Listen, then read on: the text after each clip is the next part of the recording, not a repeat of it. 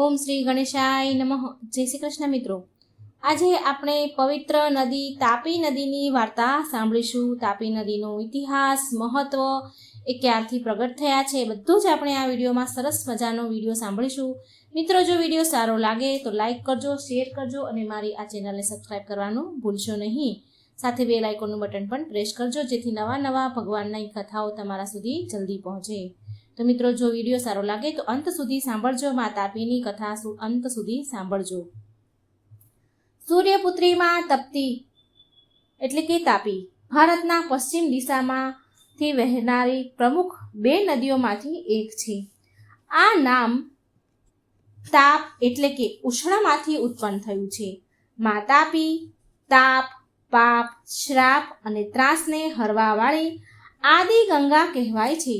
સ્વયં ભગવાન સૂર્યએ પોતાના તાપને ઓછો કરવા માટે મા તાપીને ધરતી પર મોકલ્યા હતા. વૈતુલ જિલ્લાના મુલતાઈ તહસીલ મુખ્યાલય પાસે સ્થિર એક તળાવમાંથી નીકળવાવાળા સૂર્યપુત્રીની જન્મકથા, તાપી નદીની જન્મકથા મહાભારતના આદિ પર્વમાં ઉલ્લેખિત છે. પુરાણોમાં સૂર્ય ભગવાનની પુત્રી તાપી જે તપતી કહેવાય છે, જે સૂર્યદેવ દ્વારા ઉત્પન્ન કરાવાય છે. એવું કહેવાય છે કે ભગવાન સૂર્યદેવે પોતાના શરીરની ગરમી અને તાપથી, પોતાના જે નીકળતી હોય ગરમી તાપ, તેનાથી પોતાની રક્ષા કરવા માટે તાપીને ધરતી પર અવતરિત કર્યા હતા. પુરાણોમાં તાપી મહિમા વિશે લખાયું છે કે ભગવાન સૂર્યએ વિશ્વકર્માની પુત્રી સંધ્યા દેવી સાથે વિવાહ કર્યા હતા. સંધ્યા દેવીથી સૂર્ય ભગવાનને બે સંતાન થયા. કાલિંદી એટલે કે જેને આપણે યમુનામાં કહીએ છીએ, એ અને યમરાજા. એ સમયે ભગવાન સૂર્ય તેમના વર્તમાન રૂપમાં ન હતા, પણ એ સમયે અંડાકાર રૂપમાં હતા. સંધ્યા દેવીથી ભગવાન સૂર્યનો તાપ સહન ન થયો, માટે તેમણે તેની જગ્યાએ તેની દાસી છાયાને, તેમનો પડછાયો, તેમનો છાયાને ત્યાં મૂકી દીધો અને સંધ્યા દેવી પોતે તપસ્યા કરવા ચાલ્યા ગયા. હવે છાયાએ સંધ્યાનું રૂપ ધારણ કરીને ઘણા સમય સુધી સૂર્યદેવની સેવા કરી. ભગવાન સૂર્યદેવથી છાયાને શનિદેવ અને તાપ્તી નામે બે સંતાન થયા. ભગવાન સૂર્યએ તેની પુત્રી તાપીને આશીર્વાદ આપ્યો હતો કે તે વિનય પર્વતથી પશ્ચિમ દિશા તરફ વહેશે. પુરાણો અનુસાર કૃતયુગમાં ચંદ્રવંશમાં ઋષ નામનો એક પ્રતાપી રાજા રાજ્ય કરતો હતો. એના સવર્ણને ગુરુ વશિષ્ઠે વેદોની શિક્ષા આપી હતી. એક સમયની વાત છે જ્યારે સવર્ણ રાજપાટનું દાયિત્વ ગુરુ વશિષ્ઠના હાથમાં વશિષ્ઠને સોંપી નીકળી ગયા હતા. તો જંગલમાં સવર્ણે એક સરોવરમાં અપ્સરાઓને સ્નાન કરતા જોઈ, જેમાંથી એક તાપી પણ હતા. તાપીને જોઈને સવર્ણ મોહિત થઈ ગયા અને સવર્ણે આગળ જઈને તાપી માતા સાથે વિવાહ કરી લીધા. સૂર્યપુત્રી તાપીને ભાઈ શનિદેવે એવા આશીર્વાદ આપ્યા હતા કે જે પણ ભાઈ બહેન તાપી અને યમુના નદીમાં સ્નાન કરશે તેને ક્યારેય અકાળ મૃત્યુ નહીં આવે. પૌરાણિક કથા અનુસાર રાજા દશરથનું બાણથી શ્રવણનું પાણી ભરતા એક સમયે અકાળ મૃત્યુ થયું. આ કથા તો તમે મિત્રો જરૂર સાંભળી જ હશે કે રાજા દશરથ શિકાર કરવા ગયા હતા, ત્યારે એમણે હરણ સમજીને એ શ્રવણ પાણી ભરતા હતા, જેથી અવાજ આવવાથી દશરથ રાજાએ તીર છોડ્યું હતું અને એનાથી શ્રવણનું મૃત્યુ થયું હતું. એટલે પુત્રના મોતથી દુઃખી આંધળા માતા પિતાએ રાજા દશરથને શ્રાપ આપ્યો હતો કે તેની પણ મૃત્યુ પુત્ર મોહમાં થશે. પ્રભુ શ્રી રામના વનવાસ પછી રાજા દશરથ પણ પુત્ર મોહમાં મૃત્યુને પ્રાપ્ત થયા હતા. રામજીના વનવાસ જવાથી એમને ખૂબ આઘાત લાગ્યો હતો, એટલે એમનું મૃત્યુ થયું હતું. પણ તેમને હત્યાનો શ્રાપ મળ્યો હતો દશરથ રાજાને, જેના કારણથી તેમને સ્વર્ગની પ્રાપ્તિ ન થઈ શકી. મોટો જ્યેષ્ઠ પુત્ર કહેવાય છે કે મોટો જ્યેષ્ઠ પુત્ર એટલે જે સૌથી મોટો પુત્ર જીવતો હોય અને એના છતાં પણ બીજા દ્વારા જો શ્રાદ્ધ, અંતિમ ક્રિયા, અગ્નિ સંસ્કાર ક્રિયાક્રમ કરવામાં આવે તો શાસ્ત્રો અનુસાર આ માન્ય નથી, એ પહોંચતું નથી. આવું કહેવાય છે કે જો મોટો પુત્ર હોય તો નાના પુત્રના હાથે કંઈ પણ કરાવાયું હોય તે સંસ્કાર ક્રિયાક્રમ પહોંચતું નથી, માન્ય નથી. એટલે એવામાં રાજા દશરથને મુક્તિ પ્રાપ્તિ ન થઈ શકી, માટે પ્રભુ શ્રી રામ સૂર્યપુત્રી માં આદિ ગંગા તાપીના તટ પર તેમના અનુજ લક્ષ્મણ, દેવી સીતાજીની ઉપસ્થિતિમાં પિતૃઓ અને તેમના પિતા દશરથ રાજાની તર્પણ વિધિ કાર્ય તાપી નદીમાં કર્યું હતું. ભગવાન શ્રી રામે 12 લિંગ પૂજા માટે 12 લિંગની સ્થાપના કરાઈ. 12 લિંગ સ્થાન પર રોકાઈને ભગવાન વિશ્વકર્માની મદદથી 12 લિંગોની આકૃતિ એટલે કે મૂર્તિઓ બનાવી, શિવલિંગો બનાવી તટ પર તેમણે સ્થાપના કરી, એમના પ્રાણ પ્રતિષ્ઠા કરી હતી. 12 લિંગમાં આજે પણ ઘણા તાપી સ્નાન ઘાટ છે જેવા ઘણા સ્થળ છે. લોકો તાપી ઘાટ પર નહાવા માટે આવે છે, જે ભગવાન શ્રી રામ અને માતા સીતાના મોજૂદગીનું પ્રમાણ આપે છે. શાસ્ત્રોમાં તો એવું કહેવાયું છે કે જો ભૂલથી પણ કે અજાણતા કોઈ મૃતદેહના હાડકાં તાપીના જળમાં પ્રવાહિત થઈ જાય છે તો પણ એ મૃત આત્માને મુક્તિ મળી જાય છે. જેવી રીતે મહાકાળના દર્શન કરવાથી અકાળ મૃત્યુ નથી થતું, એવી જ રીતે કોઈ પણ પ્રકારે અકાળથી થયેલા મૃત્યુ પામેલો હોય, અકાળથી મૃત્યુ થયેલો જે શિકાર દેહ હોય એની અસ્થિઓ તાપી જળમાં પ્રવાહિત કરવામાં આવે તો એ અકાળે મૃત્યુ પામેલ વ્યક્તિને મોક્ષ મળી જાય છે. એ પ્રેત યોનિમાં પણ હોય તો પણ એને મુક્તિ મળી જાય છે. આટલું મહત્વ માં તાપીનું છે. તાપી નદીના વહેતા જળમાં કોઈ વિધિ વિધાન કર્યા વગર અતૃપ્ત આત્માને આમંત્રિત કરી તેના બંને હાથમાં જળ લઈ અને મૃત આત્માને શાંતિ અને મુક્તિ માટેનો સંકલ્પ લઈને તે જે હાથમાં જળ લીધું હોય એ પાણી વહેતા પાણીમાં પ્રવાહિત કરી દે તો પણ એ મૃત વ્યક્તિને આત્માને મુક્તિ મળી જાય છે. આટલો મહિમા છે માતા તાપીનો. મુલતાઈનું નારદ કુંડ એ જ સ્થાન છે જ્યાં તાપી પુરાણ ચોરી કર્યા પછી નારદ મુનિને શારીરિક વ્યાધિ થઈ હતી. અહીં સ્નાન કરવાથી તેમને મુક્તિ મળી હતી. સૌથી આશ્ચર્યજનક તથ્ય તો એ છે કે સૂર્યપુત્રી તાપી માતાની સખી સહેલી ચંદ્રદેવની પુત્રી પૂર્ણા છે, જે તેમની સહાયક નદીના રૂપમાં ઓળખાય છે. પૂર્ણા નદી ભેંસદેહી નગરના પશ્ચિમ દિશાના સ્થિત કાશી તળાવમાંથી નીકળે છે. દરેક વર્ષે લાખોની સંખ્યામાં શ્રદ્ધાળુઓ અમાસ અને પૂનમના દિવસે નાહીને આ નદીઓમાં લાભ લે છે. કિંવદંતીઓ અનુસાર સૂર્ય અને ચંદ્રદેવ આપસમાં એકબીજાને વિરુદ્ધ છે, છતાં આવામાં બંનેની પુત્રીઓનું અનોખું મિલન આજે પણ લોકોની શ્રદ્ધાનું અનોખું કેન્દ્ર બન્યું છે. પુરાણોમાં વર્ણન છે કે ભગવાન જટાશંકર ભોળાનાથની જટામાંથી નીકળેલ ભગીરથ ગંગાજીમાં 100 વાર સ્નાન કરવાનું, દેવાદિદેવ મહાદેવના નેત્રોમાંથી નીકળેલ એક ટીપામાંથી શિવપુત્રી માં નર્મદાના દર્શન કરવાથી જે ફળ પુણ્ય મળે છે તે માત્ર તાપી માતાનું સ્મરણ કરવાથી સમાન ફળ મળે છે. આમ તો જ્યારથી આ સૃષ્ટિનું નિર્માણ થયું છે હિન્દુ ધર્મમાં નદીઓને દેવીઓના રૂપમાં પૂજવામાં આવ્યા છે. સૂર્યદેવની લાડકી પુત્રી તથા શનિદેવની બહેન આદિ ગંગાના નામથી પણ પ્રખ્યાત છે. આદિકાળથી લઈને અનંત કાળ સુધી પૂજ્ય નદીઓની જેમ માં તાપી પૂજાતા જ રહેશે. સૂર્યપુત્રી તાપી મુક્તિ માટેનું સૌથી સારું માધ્યમ છે. આપણા ધાર્મિક ગ્રંથો અને વેદ પુરાણોમાં ભારતની પવિત્ર નદીઓમાં સૂર્યપુત્રી તાપીની સહેલી પૂર્ણા છે.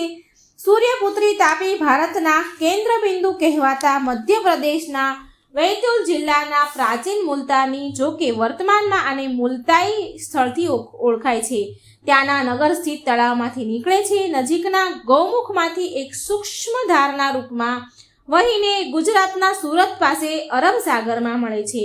તાપી નદીના 7 કુંડ છે: સૂર્યકુંડ, ધર્મકુંડ, પાપકુંડ, તાપીકુંડ, નારદકુંડ, શનિકુંડ, નાગા બાબા કુંડ. આ 7 કુંડ બનેલા છે જેમાં તેની અલગ અલગ ધાર્મિક માન્યતાઓ પ્રચલિત છે. તો બધા જ કુંડનું આપણે થોડું મહત્વ જાણીએ. તો પહેલા સૂર્યકુંડમાં એવું કહેવાય છે કે સૂર્યદેવે સ્વયં અહીં સ્નાન કર્યું હતું, માટે આ કુંડનું નામ સૂર્યકુંડ પડ્યું છે. આમાં સ્નાન કરવાથી માણસના સર્વ પાપો નષ્ટ થાય છે. ધર્મકુંડમાં એવું કહેવાય છે કે અહીં સ્વયં યમરાજાએ સ્નાન કર્યું હતું, જેના કારણે આ કુંડનું નામ ધર્મકુંડ પડ્યું છે. તાપ્તી કુંડ આ કુંડ વિશે કહેવાય છે કે સૂર્યદેવના પ્રકોપથી પશુ પક્ષી માનવની રક્ષા કરવા માટે તાપી માતાની 3 પરસેવાના ટીપા પડ્યા. એક ટીપું આકાશમાં, બીજું ધરતી પર અને ત્રીજું ટીપું પાતાળ લોકમાં પડ્યું.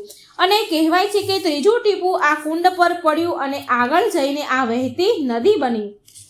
ચોથો કુંડ પાપ કુંડ. આ કુંડ વિશે કહેવાય છે કે કોઈ પાપી માણસ સાચા મનથી તાપીનું ધ્યાન કરે છે તો તેના બધા પાપ ધોવાઈ જાય છે, એટલે આ કુંડનું નામ પાપ કુંડ પડ્યું છે. પાંચમું કુંડ નારદ કુંડ.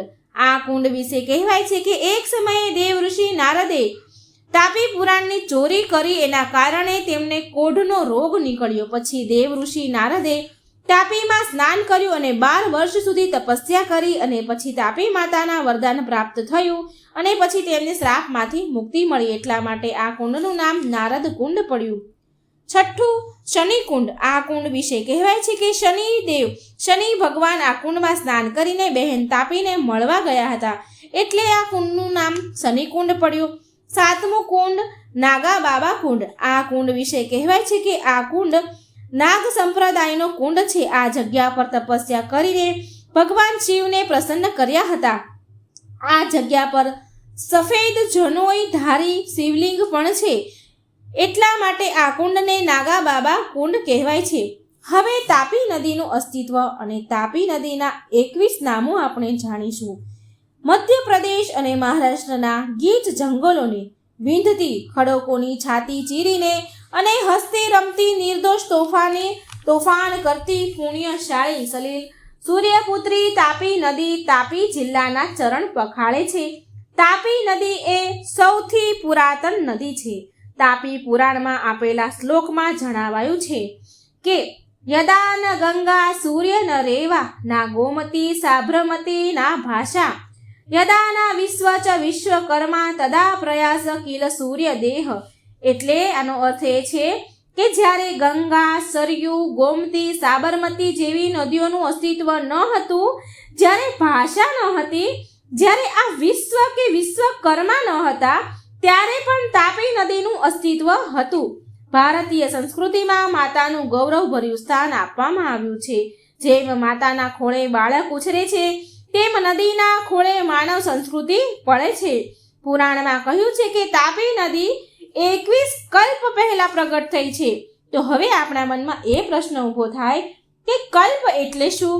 તો મિત્રો જણાવું તો શાસ્ત્રમાં જણાવ્યા પ્રમાણે એક કલ્પ એટલે 4 અબજ 32 કરોડ વર્ષ. તો એ રીતે 4 અબજ 32 કરોડ વર્ષને 21 સાથે ગુણતા આશરે 91 અબજ વર્ષ થાય. તો આમ તાપી માતા 21 કલ્પ પહેલા પ્રગટ થયા હતા. તાપી માતાનો જન્મ અષાઢ સુદ સાતમના દિવસે થયો હતો. આજે પણ આ શુભ દિવસ તાપી માતાના જન્મદિવસ તરીકે ઉજવવામાં આવે છે. કહેવાય છે કે ગંગામાં સ્નાન કરવાથી, રેવામાં દર્શન કરવાથી, સરસ્વતીનું આચમન કરવાથી પવિત્ર થવાય છે, જ્યારે તાપી માતાનું તો માત્ર સ્મરણ કરવાથી સર્વ પાપોનો નાશ થાય છે. તાપી માતાના 21 કલ્પો આપણે જાણીએ તો 21 કલ્પોના નામ આ પ્રમાણે છે.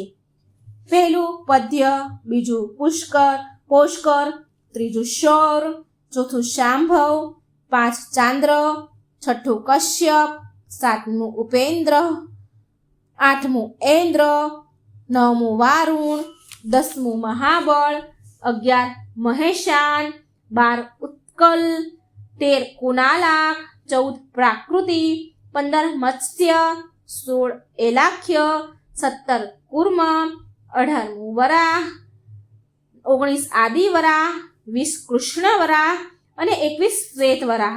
આ 21 કલ્પોના નામ હતા. આમ કુલ 21 કલ્પ જોવા મળે છે.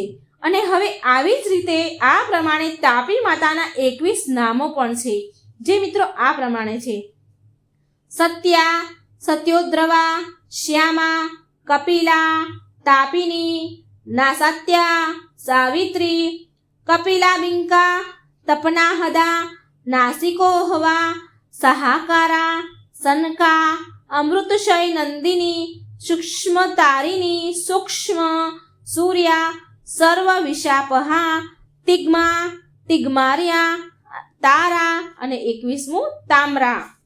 તાપી નદી સાતપુડાની પર્વતમાળામાંથી બેતુલ જિલ્લાના મુલતાઈ નામના ગામ પાસેથી એક તળાવ પાસેથી નીકળે છે. ત્યાં મૂળ તાપી નામે એક રેલવે સ્ટેશન પણ છે.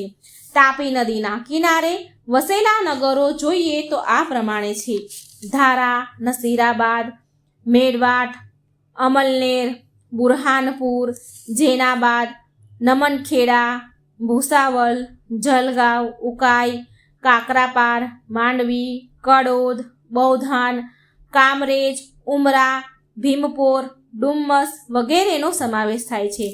એવું માનવામાં આવે છે કે બૌધાન ગામ પાસે તાપી નદીને ગુપ્ત રીતે ગૌતમી ગંગા અને સામે કિનારે ગલતેશ્વર આગળ પ્રગટ નારદી ગંગા તાપી નદીને મળે છે, જેથી ગલતેશ્વર આગળ ત્રિવેણી સંગમ થાય છે.